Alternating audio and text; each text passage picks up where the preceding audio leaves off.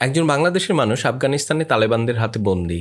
খাবার নেই, পানি নেই, শারীরিক মানসিক নির্যাতন। কিন্তু মনের মধ্যে একটাই প্রশ্ন, যে বাড়ি ফিরে যেতে পারবে তো? এটা কোনো কল্পনার কল্পনা, এটা আসলে সত্যিই ঘটেছিল। আর এই সত্যি ঘটনা অবলম্বনে রেদওয়ান রনি নির্মাণ করেছেন দম সিনেমাটি। मुसलमान का बच्चा गोली करो। এবার ঈদে মুক্তি পেয়েছে বাংলাদেশের অন্যতম আলোচিত ছবি দম, যেটা পরিচালনা করেছেন রেদওয়ান রনি আর অভিনয় করেছেন আফরান নিশো, চঞ্চল চৌধুরী আর পূজা চেরি। দম সিনেমাটার জনরা হচ্ছে সার্ভাইভাল ড্রামা। আজকে আমরা কথা বলবো দম সিনেমাটার গল্প, অভিনয়, টেকনিক্যাল নানান দিক নিয়ে। আর শেষে থাকবে আমার ফাইনাল রেকমেন্ডেশন এবং রেটিং। তাহলে চলেন আল্লাহর নামে শুরু করি। Good luck. প্রথমে গল্পের বেসিক প্রেমিসে আসি।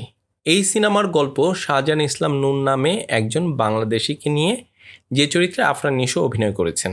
তিনি পেশায় একজন এনজিও কর্মী, কিন্তু আর্থিক সচ্ছলতার প্রয়োজনে তাকে যেতে হয় যুদ্ধবিধ্বস্ত আফগানিস্তানে। তো কাজের সূত্রেই সে একদিন তালেবানদের হাতে বন্দী হয়ে যায়। গল্পের শুরুতে যখন ক্যারেক্টারটা কিডন্যাপ হয়, তখন দর্শকদের কাছে এর গোল এবং মোটিভেশনটা একদম ক্লিয়ার হয়ে যায়। এনিহাও এই নরক থেকে মুক্তি হয়ে তাকে তার দেশের মাটিতে স্ত্রীর কাছে ফিরে যেতে হবে। এরপর শুরু হয় একজন সাধারণ মানুষের বেঁচে থাকার লড়াই। বন্দি দশা, চারপাশে রুক্ষ আবহাওয়া, শারীরিক মানসিক নির্যাতন, আর এই সবের মধ্য দিয়েই নূরকে শেষ পর্যন্ত সারভাইভ করার যে জার্নিটা, সেটাই হচ্ছে দম সিনেমার মেইন প্লট। সে কি পারবে এই মৃত্যুপরি থেকে ফিরতে?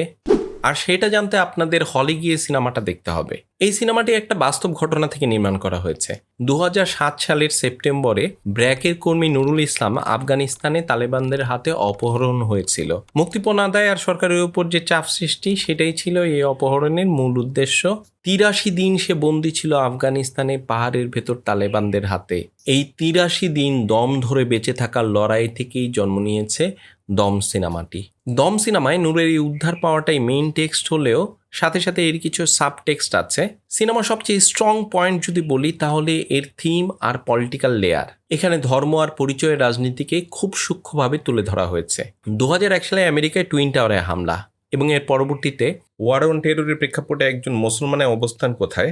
নূর নিজে একজন মুসলমান হওয়া সত্ত্বেও তাকে আরেক দল মুসলমানের হাতে কেন নির্যাতন হতে হচ্ছে, এই প্রশ্নগুলো ছিল এই সিনেমার বেসিক প্রশ্ন। এই সিনেমায় নিশোকে একটা ডায়লগ বারবার দিতে শোনা যায়, আমি শাহজাহান ইসলাম নূর, বাংলাদেশি মুসলমান। আমি শাহজাহান ইসলাম নূর, বাংলাদেশি মুসলমান, মনে রাখো। এখানে পরিচালক বাংলাদেশি মুসলমান আইডেন্টিটির উপর খুব জোর দিয়েছেন। দেখুন, ধর্ম হিসাবে ইসলামে এক হলেও প্রতিটি দেশের স্থানীয় সংস্কৃতির সাথে যখন সে মিলে, তখন একটা নতুন আইডেন্টিটি তৈরি হয়। ইসলাম যখন হাজার বছরের বাংলা সংস্কৃতির সাথে মিশেছে, তখন তা একটা অনন্য রূপ নিয়েছে। আরব, আফগান কিংবা ইন্দোনেশিয়ান মুসলমান থেকে আমাদের যে বাংলাদেশের মুসলমান, তার যে পোশাক আশাক, কালচার, সব কিছুতে কিন্তু অনেক তফাৎ রয়েছে। আমাদের যে আবহাওয়া, আমাদের যে সংস্কৃতি, আমাদের যে ভাষা, আমাদের যে সবুজ প্রকৃতি, সব কিছু মিলিয়েই কিন্তু আমাদের বাংলাদেশি মুসলমান আইডেন্টিটি তৈরি হয়েছে, যেটা কিনা তালেবান সংস্কৃতি থেকে আলাদা। এই যে বাংলাদেশি মুসলমান আইডেন্টিটি, এটা কিন্তু একই সাথে ধার্মিক এবং মানবিক, যা নূরের চরিত্রের মাধ্যমে ফুটিয়ে তোলা হয়েছে। আরেকটা জিনিস খেয়াল করার মতো, তালেবানদের কিন্তু এখানে কেবলমাত্র ভিলেন হিসাবে দেখানো হয় নাই। তাদের যে পয়েন্ট অফ ভিউ, সেখান থেকেও কিছু বিষয়কে এই সিনেমায় ব্যাখ্যা করা হয়েছে। নূরকে আমরা দেখি তালেবান যে মুজাহিদ আছে, তাদেরকে যুদ্ধ এবং ঘৃণা না করে আরও বেশি মানবিক এবং ক্ষমাশীল হওয়ার জন্য আহ্বান জানাতে। কিন্তু আবার দেখা যায় আমেরিকান যে বিমান বাহিনী আছে, সেটা ঈদের দিনে তালেবানদের উপর হামলা করছে। এইসব ঘটনাগুলো আবার তালেবানদের আমেরিকান যে আগ্রাসন আছে, সেটার বিরুদ্ধে লড়াই করাকে জাস্টিফাই করে। মনে রাখতে হবে যে তালেবানরা তাদের দেশের স্বাধীনতা রক্ষার জন্য আগ্রাসী বিদেশি শক্তির বিরুদ্ধে লড়াই করছে।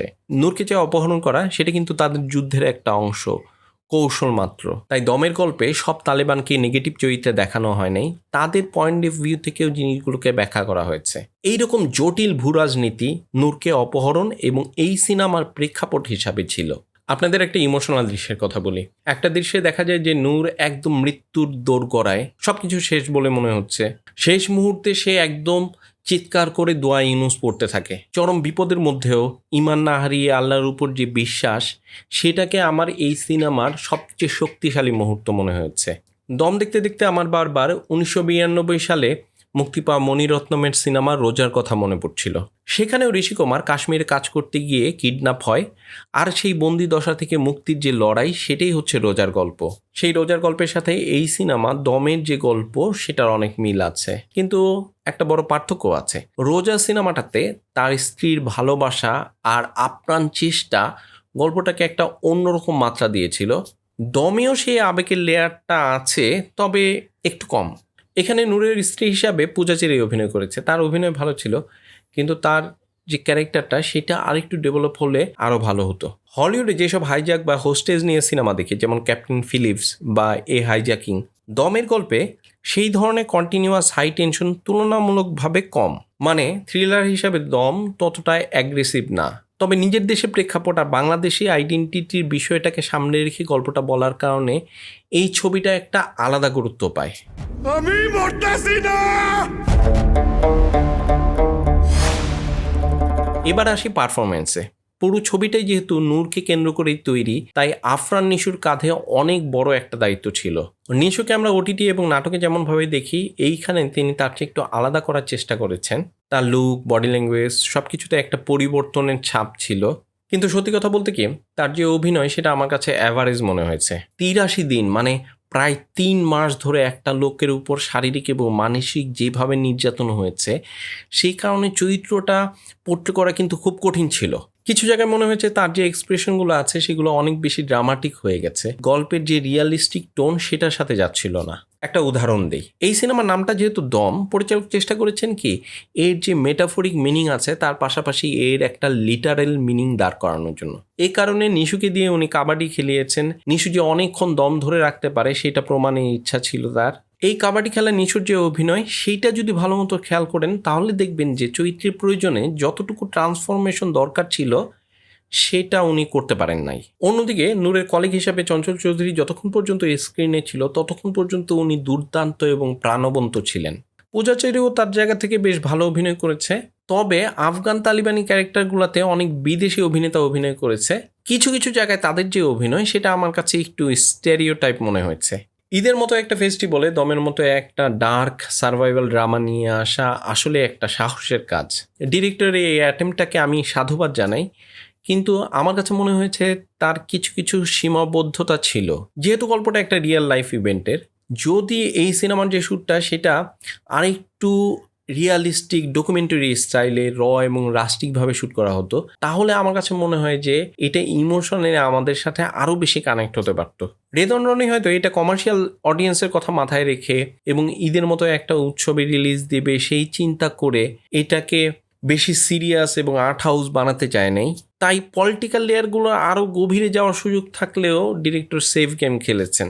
এই সিনেমাটি অনায়াসে কিন্তু বিভিন্ন ফেস্টিভ্যালে যেতে পারতো, কিন্তু ডিরেক্টর এটা একটা কমার্শিয়াল প্যাকেজের মধ্যেই সীমাবদ্ধ করে রেখেছেন। সিনেমাটোগ্রাফির কথা যদি বলি তাহলে ডিওপি মিখাইল সিরিয়ানভের কাজ বেশ ভালো হয়েছে। এক পাশে আফগানিস্তানের রুক্ষ শুষ্ক মরুভূমি আর পাহাড়, অন্য পাশে বাংলাদেশের স্নিগ্ধ সবুজ ফসলের মাঠ, নূরের বাড়ি।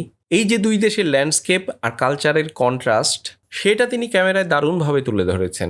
মিউজিক আর সাউন্ড ডিজাইন আরেকটু বেটার হতে পারতো। ব্যাকগ্রাউন্ড মিউজিক অনেক জায়গায় ইমোশনটাকে ঠিকমতো পুশ করতে পারে নাই। তবে সাবিনা ইয়াসমিনের একটা গান আছে এই সিনেমায়, সেটা আমাদেরকে যেমন নস্টালজিক করে তেমনি একটা ক্লাসিক ফিল দেয়। পেসিংয়ে একটু সমস্যা মনে হয়েছে, কিছু জায়গায় গল্পটা একটু স্লো হয়ে যায়, তেমন টান টান থাকে না। বিশেষ করে গল্পের সেকেন্ড হাফে এসে ক্লাইম্যাক্সে যাওয়ার যে জার্নিটা সেটা আরেকটু শক্তিশালী হতে পারত। সব মিলিয়ে যদি বলি তাহলে দম একটা সাহসী সিনেমা।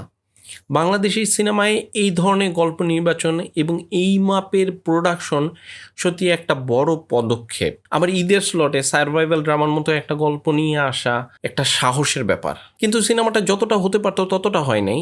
এই সিনেমাটায় যে সম্ভাবনাটা ছিল পরিচালক সেটাকে পুরোপুরি কাজে লাগাতে পারে নাই। সব কিছু যদি বিবেচনা করি তাহলে দম সিনেমাটার ক্ষেত্রে আমার যে পার্সোনাল রেটিং সেটা হচ্ছে 10-এর মধ্যে 7। যারা সত্য ঘটনা অবলম্বনে বানানো সিনেমা দেখতে ভালোবাসেন, সার্ভাইভাল ড্রামা যাদের পছন্দ এবং বাংলাদেশি সিনেমার ক্ষেত্রে নতুন কিছু আশা করছেন যারা, তাদের জন্য দম একটা ভালো পছন্দ হবে। বাংলাদেশের সিনেমার ক্ষেত্রে এই ধরনের চিন্তাভাবনা আরও বেশি আসা উচিত। যত বেশি এই ধরনের সিনেমা হবে, দর্শক যত বেশি এই ধরনের সিনেমা দেখবে, তত বেশি ফিল্ম মেকাররা এই ধরনের কাজ করতে উৎসাহ পাবে, আর বাংলাদেশি সিনেমা ম্যাচুরিটিও তত বেশি বাড়বে। তো এই ছিল দম নিয়ে আমার রিভিউ। আপনারা যারা সিনেমাটা দেখেছেন তারা আমাকে কমেন্ট করে জানাতে পারেন আপনাদের কাছে কেমন লাগলো, আফরান নিশু কেমন অভিনয় করেছে। আর যারা দেখেননি তারা দ্রুত গিয়ে সিনেমা হলে সিনেমাটা দেখে ফেলেন। এই ভিডিওটা যদি আপনাদের কাছে ভালো লাগে তাহলে লাইক শেয়ার করুন। আমি একে একে ঈদের সবগুলো ছবি নিয়ে রিভিউ বানিয়ে এই চ্যানেলে দিব। সেগুলো সহ নতুন মুভি এবং সিরিজ নিয়ে বানানো রিভিউ দেখতে চ্যানেলটিকে সাবস্ক্রাইব করে রাখতে পারেন এবং নিয়মিত আপডেট পেতে বেল বাটনটা প্রেস করে রাখুন। দেখা হবে পরের ভিডিওতে। ততক্ষণ পর্যন্ত ভালো থাকুন, সুস্থ থাকুন, সিনেমার সঙ্গে থাকুন।